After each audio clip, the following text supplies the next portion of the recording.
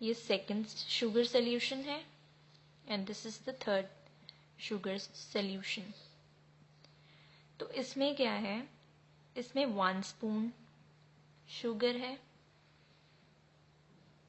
Okay, not visible,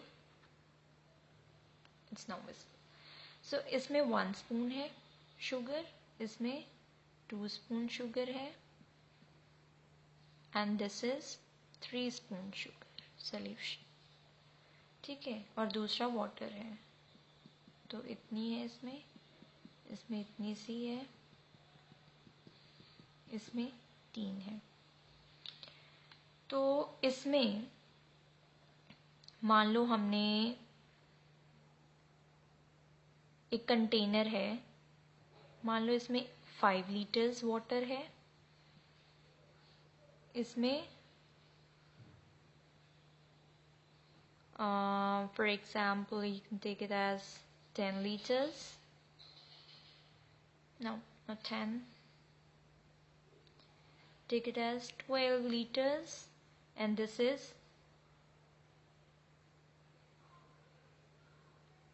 take it as 21 liters। तो अब जो रेशियो है वो हमारे घोलने पे डिपेंड कर रही है।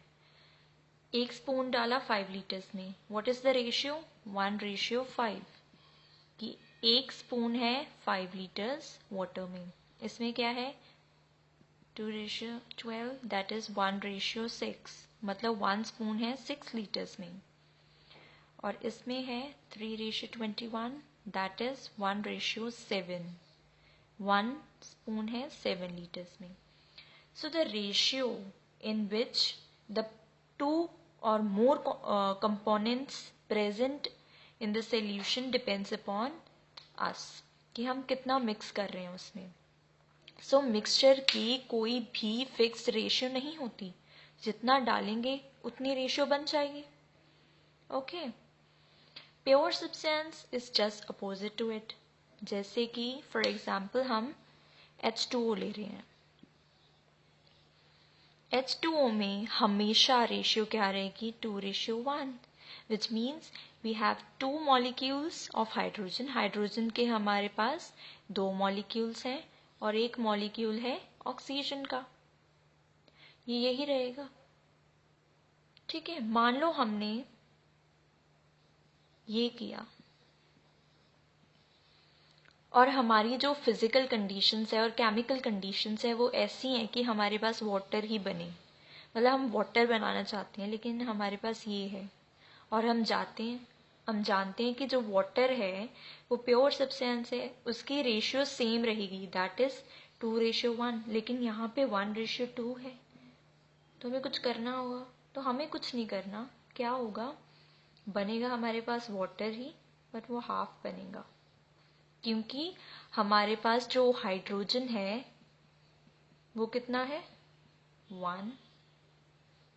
1 है हमारे पास हाइड्रोजन। सो सिंपल, तो क्या होगा, ऑक्सीजन का हाफ मॉलिक्यूल ही रिएक्ट करेगा, विच मीन्स 1O। तो ये है हमारे पास, तो इस तरीके से ये वर्कआउट करेगा। ओके,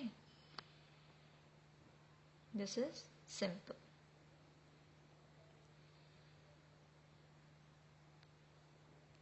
ओके, तो इसका मतलब क्या है कि जो मिक्सचर है it contains 2, you can write this, 2 or more substances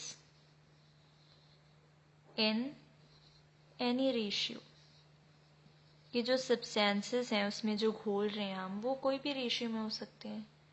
ठीक है, रेशियो किस पे डिपेंड करती है, जितना हम उसमें डाल रहे हैं। For example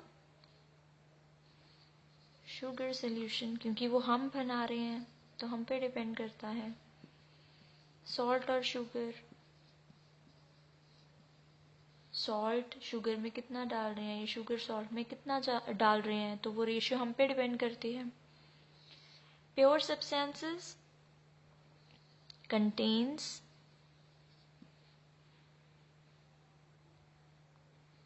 substances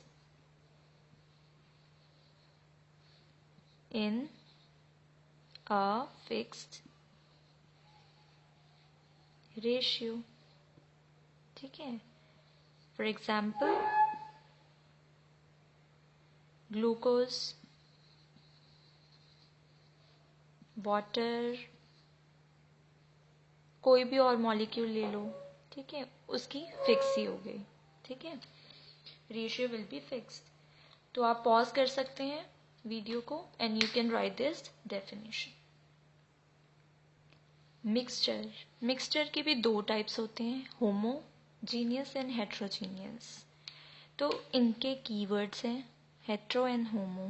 homo means uniform, homo का मतलब होता है यूनिफॉर्म, और हेट्रो का मतलब होता है नॉन यूनिफॉर्म.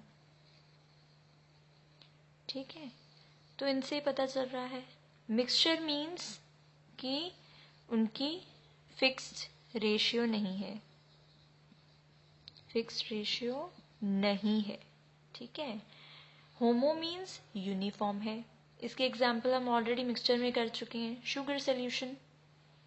ठीक है, फिक्स्ड रेशियो नहीं है. कैसे नहीं है वो मैंने पहले ऑलरेडी समझा दिया है मिक्सचर के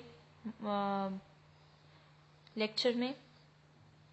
अब वो यूनिफॉर्म कैसे है, हमने शुगर को घोल दिया, ठीक है, थोड़ी देर के लिए वो दाने रहेंगे, उसके बाद वो इतनी अच्छे तरीके से मिक्स हो जाएगा कि हमें वो दाने नहीं दिखेंगे, we will just see the water.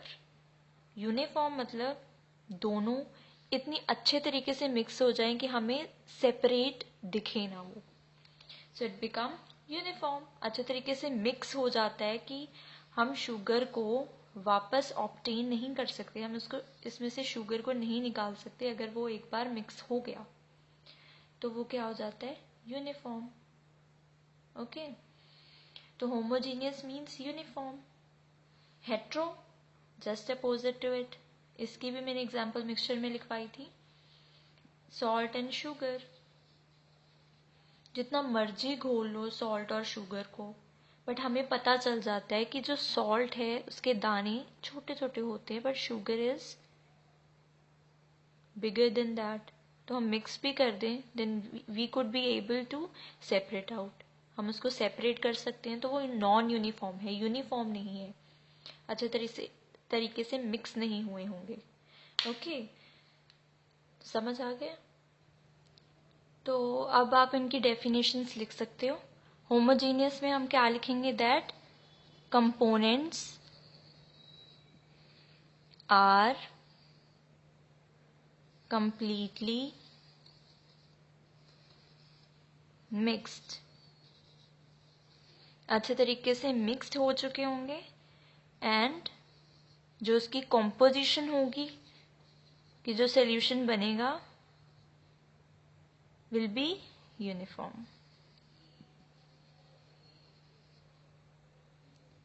ठीक है, हेट्रोजीनियस इसके जस्ट अपोजिट क्या होगा कि components can be observed. Observed मतलब कितना मर्जी मिक्स कर लो कंपोनेंट्स हमें दिखाई दे रहे होंगे. ठीक है, जैसे सॉल्ट और शुगर मैंने अभी बताया, हम जितना मर्जी उसे कर लें हमें पता चल रहा होगा कौन सा सॉल्ट है और कौन सा शुगर है. तो components can be observed as, क्योंकि कॉम्पोजिशन इज नॉट यूनिफॉर्म, क्योंकि हेट्रो का मतलब ही होता है नॉन यूनिफॉर्म. इसकी एग्जाम्पल्स सॉल्ट और शुगर, और एक एग्जाम्पल है डर्ट. डर्ट में बड़े पार्टिकल्स भी होते हैं, स्मोक पार्टिकल्स भी होते हैं, इसलिए इसकी और एग्जाम्पल एक तो शुगर सॉल्यूशन हो गया, शुगर सॉल्यूशन, और दूसरी एग्जाम्पल है इसकी एयर. एयर में हमें पता है कि 70% नाइट्रोजन होता है and this much is oxygen and that much is hydrogen और ऑल दैट. हमने लर्न किया हुआ है कि इतने % कौन सी गैस होती है. सो वो फिक्स ही रहती है, कहीं पे भी चले जाओ, ठीक है। प्योर सब्सटेंसेस, प्योर सब्सटेंसेस अभी हमने पढ़ा है कि उनकी क्या होती है, फिक्स्ड कॉम्पोजिशन, ठीक है। इसके भी दो टाइप्स हैं, वो दो टाइप्स हैं एलिमेंट्स और दूसरी टाइप है कंपाउंड्स। एलिमेंट्स हम जानते हैं N2, H2 एक्सेट्रा। एलिमेंट्स में क्या होता है कि उसमें सिर्फ एक टाइप के पार्टिकल्स होते हैं, वन टाइप ऑफ पार्टिकल्स। अब दो नाइट्रोजन है तो नाइट्रोजन प्लस नाइट्रोजन है, एक तरीके के पार्टिकल्स हैं।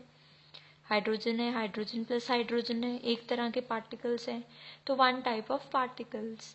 और ये पार्टिकल्स कौन से हैं, एटम्स भी हो सकते हैं, ये एटम्स है हाइड्रोजन का, हाइड्रोजन का, नाइट्रोजन का, नाइट्रोजन का, और मॉलिक्यूल्स भी हो सकते हैं, ठीक है। मॉलिक्यूल्स भी कंबाइन करके क्या बनाते हैं, एलिमेंट्स, ठीक है। कंपाउंड्स, कंपाउंड्स में क्या होते हैं, टू और more different types of elements होते हैं, टू और more different type of elements.